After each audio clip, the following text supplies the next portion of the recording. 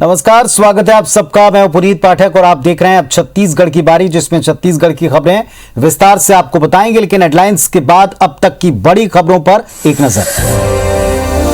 Corona की तीसरी लहर को लेकर बीजेपी का मंथन। छत्तीसगढ़ में रोका छेका अभियान के लिए 20 जून से बैठकें, गौठान समितियों का पुनर्गठन होगा। रायपुर में गर्भवती पत्नी के साथ पति ने की खुदकुशी।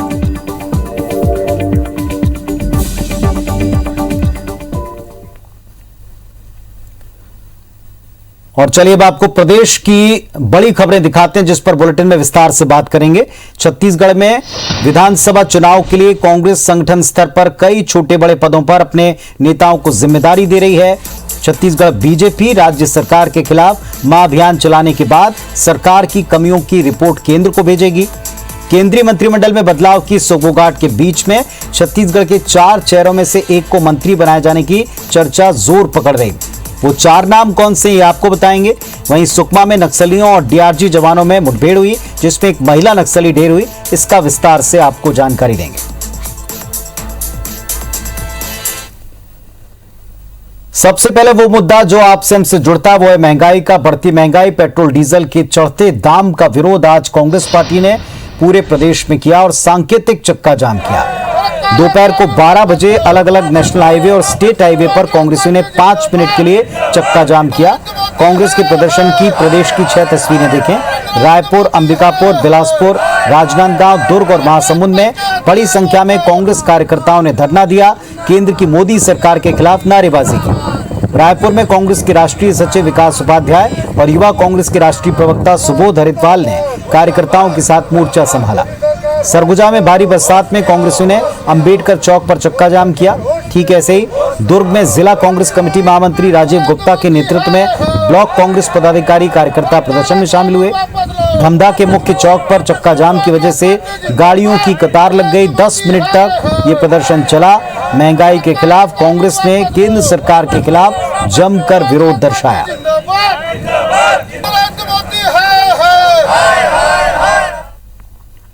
भारतीय जनता पार्टी का दोहरा चरित्र सामने निकल कर आ रहा है। यही भारतीय जनता पार्टी 7 साल पहले जब यूपीए की सरकार थी तो ये सड़क पर उतरकर पेट्रोल डीजल का 1 रुपया दाम बढ़ता था तो इनके नेता सड़क पर उतरकर आंदोलन करते थे। छत्तीसगढ़ प्रदेश के मुख्यमंत्री थे उस समय रमन सिंह जी, अभी राष्ट्रीय उपाध्यक्ष है भारतीय जनता पार्टी के। उनके मंत्रिमंडल के पूरे मंत्री साइकिल में 1 रुपया दाम बढ़ा था तो साइकिल में पेट्रोल डीजल का विरोध करने गए थे। लोग कहाँ हैं? उनको जनता खोज रही है। दैनिक उपभोग की वस्तुएं आज प्रदेश में महंगी हो चुकी हैं, आपके पॉकेट से बाहर हो चुकी हैं। सबसे ज्यादा अगर कहीं डाका डला है तो वो महिलाओं की जेब में डला है। आज रसोई चलाना मुश्किल हो चुका है। उन सब के विरोध में हम लोग पूरे प्रदेश में 5 मिनट का सांकेतिक चक्का जाम कर रहे हैं। कोरोना की संभावित तीसरी लहर और उससे निपटने को लेकर भारतीय जनता पार्टी में मंथन शुरू हो चुका है। बीजेपी के राष्ट्रीय अध्यक्ष जेपी नड्डा ने आज सभी प्रदेश अध्यक्षों की वर्चुअल मीटिंग की। इस बैठक में प्रदेश अध्यक्षों के साथ सभी प्रदेश प्रभारी और राष्ट्रीय पदाधिकारी शामिल हुए। छत्तीसगढ़ के प्रदेश अध्यक्ष विष्णुदेव साय इस वर्चुअल मीटिंग का हिस्सा बने। राष्ट्रीय अध्यक्ष से बात की। उन्होंने बताया कि बैठक में कोरोना की संभावित तीसरी लहर से लड़ने की तैयारी पर बात हुई। बैठक में मौजूद सभी लोगों से सुझाव मांगे गए। उनके प्रदेश में कोरोना की वर्तमान स्थिति की जानकारी ली गई।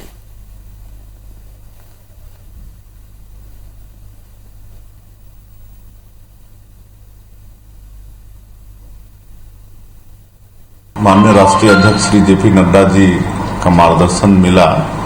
उसमें कोविड महामारी से जो लड़ाई आदरणीय प्रधानमंत्री जी के नेतृत्व में लड़े हैं उसको विस्तार से उन्होंने बताया शुरू से आज तक। केंद्रीय मंत्रिमंडल में बदलाव की सोगोगाट के बीच में छत्तीसगढ़ के 4 चेहरों में से किसी एक को मंत्री बनाया जा सकता है। इस तरह की चर्चाएं जोर पकड़ रही। वर्तमान में आदिवासी वर्ग की रेणुका सिंह केंद्रीय राज्य मंत्री हैं। ऐसी चर्चाएं हैं कि रेणुका सिंह को रिप्लेस कर छत्तीसगढ़ से किसी नए चेहरे को मौका मिल सकता है। पिछड़े वर्ग से विजय बघेल, सुनील सोनी, सामान्य वर्ग से सरोज पांडे, संतोष पांडे और अनुसूचित जाति से गुहाराम अजगले के नाम की चर्चा है। चर्चा इस बात की भी है कि इस बार मंत्रिमंडल में 2 लोगों को जगह मिल सकती है। हालांकि इस संबंध में सांसद फिलहाल कुछ भी बोलने से बच रहे हैं। भाजपा प्रदेश अध्यक्ष विष्णुदेव साय का कहना है कि यह पूरी तरह पार्टी हाईकमान का मामला है, लेकिन छत्तीसगढ़ को प्रतिनिधित्व मिलना चाहिए। उधर मंत्री रविंद्र चौबे ने कहा कि मोदी सरकार छत्तीसगढ़ के साथ अन्याय कर रही। केंद्रीय मंत्रिमंडल में छत्तीसगढ़ से केवल नाम का प्रतिनिधि नहीं होना चाहिए।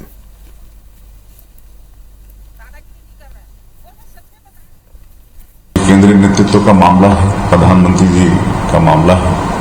अब अभी तक तो देखने में आया कि छत्तीसगढ़ पिछले बार भी एक ही मंत्री थे, अभी भी एक है। क्या बढ़ाना चाहिए 4 मंत्री और 2? अब इसमें हम कुछ नहीं कहना चाहेंगे। छत्तीसगढ़ को पर्याप्त और बेहतर प्रतिनिधित्व मिलेगा तो शायद छत्तीसगढ़ के हितों के बारे में वो मंत्रिमंडल में अपनी कोई बात कहेंगे, तभी छत्तीसगढ़ का फायदा है। वरना केवल नाम के लिए अगर छत्तीसगढ़ से प्रतिनिधित्व मिलता है तो छत्तीसगढ़ को क्या फायदा हो रहा है, आप सबके सामने।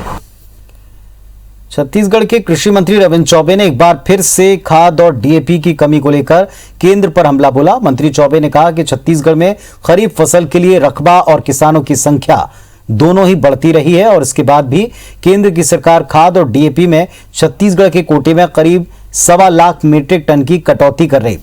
मंत्री चौबे ने कहा कि छत्तीसगढ़ के भाजपा सांसदों को कोटा बढ़वाने के लिए केंद्र सरकार पर दबाव बनाना चाहिए। यह भी कहा कि एक बार फिर प्रदेश में रोका छेका अभियान की शुरुआत है, जिसके लिए 20 जून से गौठान समितियों की बैठकें होंगी। मंत्री चौबे ने बताया कि गौठान समितियों का पुनर्गठन होना है। समितियों को सक्रिय करने के बाद रोका छेका अभियान शुरू हो जाएगा।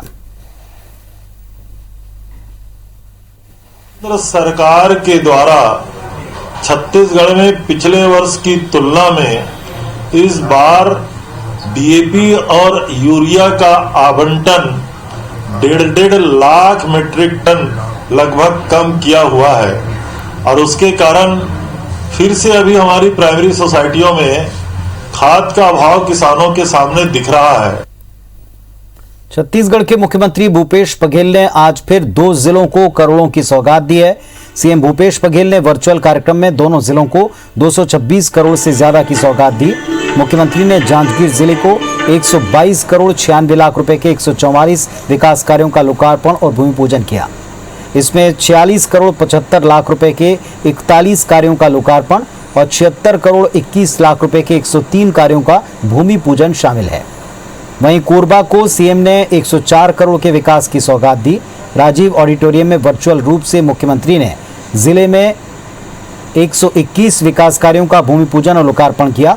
वर्चुअल कार्यक्रम के दौरान सीएम ने दोनों जिलों के हितग्राहियों, स्व सहायता समूह के सदस्यों से चर्चा की, साथ ही उनके सवालों का जवाब दिया।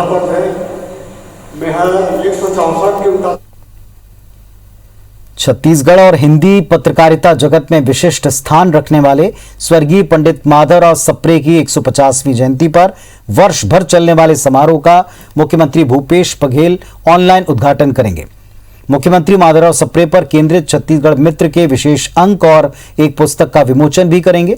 जन्म जयंती वर्ष के शुभारंभ पर 19 और 20 जून को 2 दिवसीय अंतर्राष्ट्रीय वेबिनार का आयोजन हो रहा है। पंडित माधवराव सप्रे जयंती वर्ष में दमोह, नागपुर, इलाहाबाद, शिलांग, दिल्ली, पुणे, मुंबई और पेंड्रा में अलग अलग समारोह होंगे। 19 जून को माधवराव सप्रे की जन्मस्थली पथरिया में केंद्रीय संस्कृति मंत्रालय एक कार्यक्रम का आयोजन करने वाला है। केंद्रीय मंत्री प्रहलाद पटेल ने कहा कि इस कार्यक्रम को अमृत महोत्सव में शामिल किया जा रहा है। हिंदी समालोचना, हिंदी निबंध, इन सब के जनक के रूप में हम पंडित माधवराव सप्रे को देखते हैं। उसी नींव के आधार पर आज हिंदी साहित्य का विशाल महल भवन खड़ा दिखाई देता है। उसी सफ़र को हम रेखांकित करने के लिए इन 150 साल की जो जयंती है, पूरे साल भर 19 जून 2021 से लेकर 19 जून 2022 तक हम अलग अलग जगह पर इसकी शुरुआत कर रहे हैं और रायपुर से माननीय मुख्यमंत्री जी इसका उद्घाटन करेंगे। माधवराव जी सप्रे वो स्वतंत्रता संग्राम सेनानी भी थे, वो लेखक भी थे, वो पत्रकार भी थे और हिंदी पत्रकारिता के पितामह। देश के तमाम बड़े नेताओं को बनाने का काम माधवराव जी सप्रे ने किया था। 150 साल की जो जयंती है, पूरे साल भर 19 जून 2021 से लेकर 19 जून 2022 तक हम अलग अलग जगह पर इसकी शुरुआत कर रहे हैं और रायपुर से माननीय मुख्यमंत्री जी इसका उद्घाटन करेंगे। छत्तीसगढ़ के सुकमा जिले के कोंटा के नजदीक निर्माणाधीन पोलावरम डैम को लेकर मंत्री कवासी लखमा ने मुख्यमंत्री भूपेश बघेल से मुलाकात की। उन्होंने डैम के निर्माण की वर्तमान स्थिति की जानकारी मुख्यमंत्री को दे दी।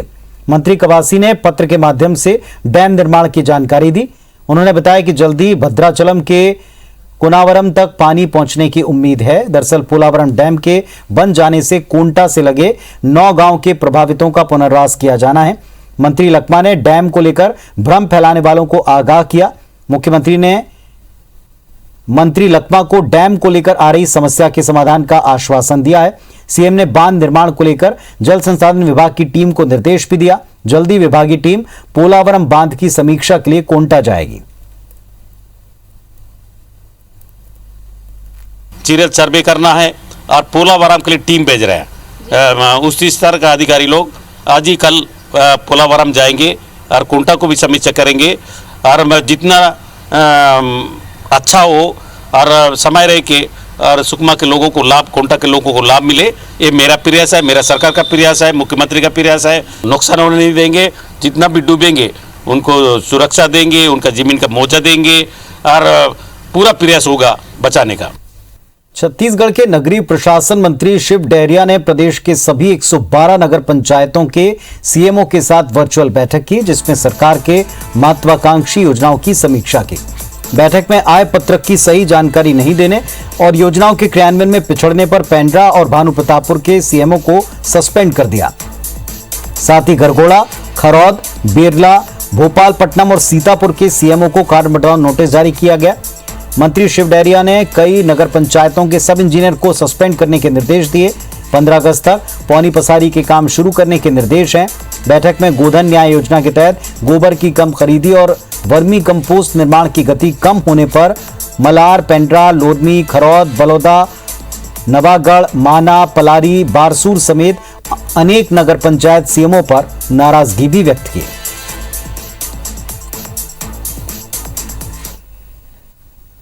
छत्तीसगढ़ में 2023 में होने वाले विधानसभा चुनाव के लिए कांग्रेस पार्टी ने तैयारियां शुरू कर दी हैं।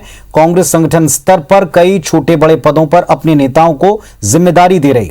प्रदेश कांग्रेस प्रभारी पीएल पुनिया के साथ अब 2 प्रभारी सचिवों ने काम शुरू कर दिया है। लिहाजा दोनों प्रभारी सचिव चंदन यादव और सप्तगिरी शंकर उल्का को काम बांट दिया गया। इसके तहत सप्तगिरी शंकर उल्का को सरगुजा और बस्तर संभाग की संगठन जिम्मेदारी के साथ महिला कांग्रेस और सेवादल कामकाज को बेहतर बनाने की जिम्मेदारी दी गई। वहीं चंदन यादव को रायपुर, बिलासपुर, दुर्ग संभाग में संगठन को मजबूत करने का जिम्मा है। चंदन यादव को युवा कांग्रेस और एनएसयूआई के कामकाज को बेहतर बनाने की जिम्मेदारी भी दी गई।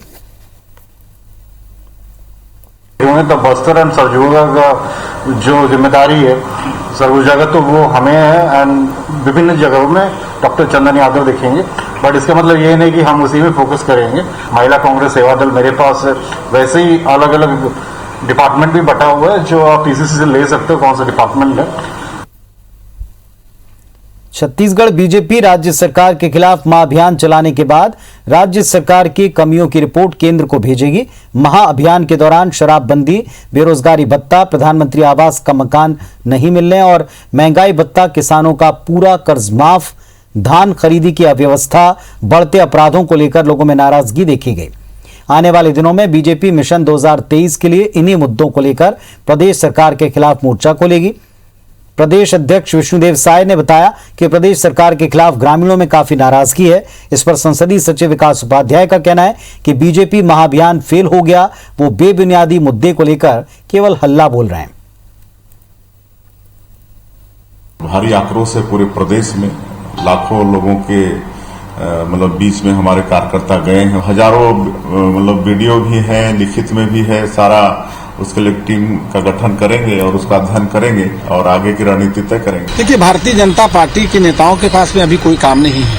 अलग अलग तरीके से जिस प्रकार से जनता को फायदा मिलना चाहिए वो काम कांग्रेस पार्टी की भूपेश बघेल जी की सरकार ने किया है। जो देश में जिस प्रकार से भारतीय जनता पार्टी के खिलाफ में एक वातावरण बना है, उस वातावरण से लोगों का माइंड डाइवर्ट करने के लिए भारतीय जनता पार्टी ऐसी बातों को कर रही है।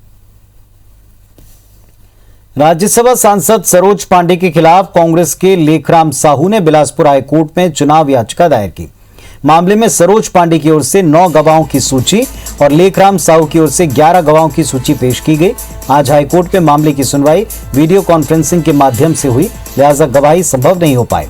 अब जुलाई के पहले सप्ताह में सभी गवाहों की फिजिकल गवाही हो सकती है।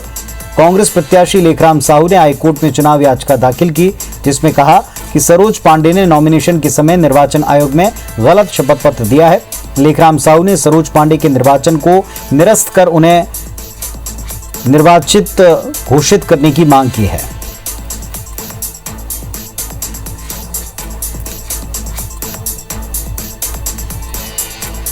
सुनवाई वीडियो कॉन्फ्रेंसिंग के थ्रू हो रही है, जिसके कारण से मामला जुलाई के प्रथम सप्ताह के लिए नियत किया गया है एवं उस समय की स्थिति के हिसाब से मामले में आगे की कार्रवाई की जाएगी एवं गवाहों को समन्स जारी किया जाएगा ताकि आगामी सुनवाई और गवाहों का परीक्षण प्रतिपरीक्षण नियत किया जा सके।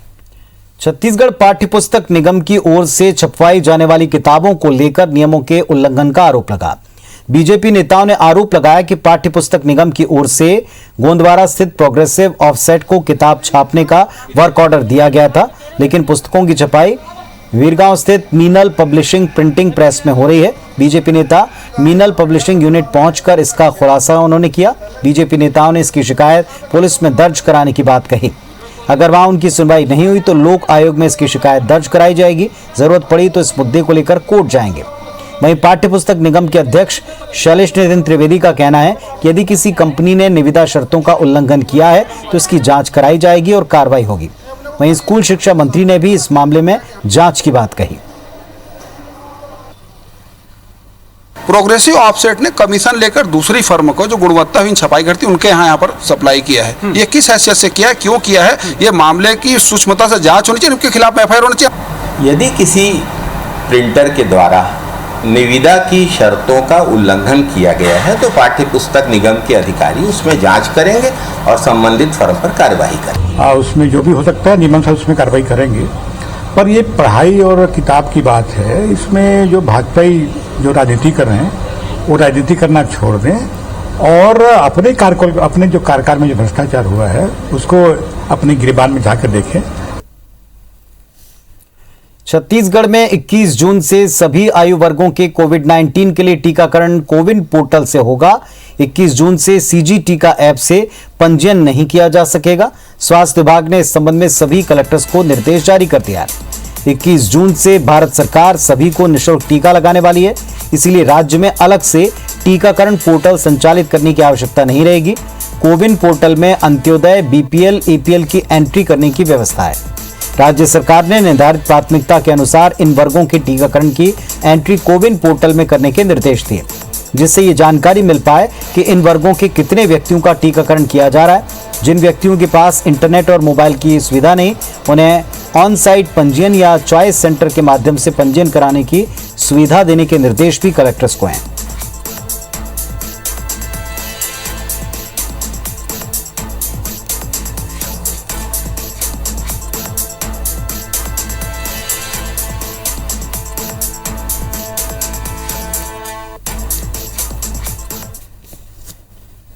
तो इस बुलेटिन में फिलहाल इतना ही। खबरों अपडेट्स के लिए आप देखते रहिए IBC 24।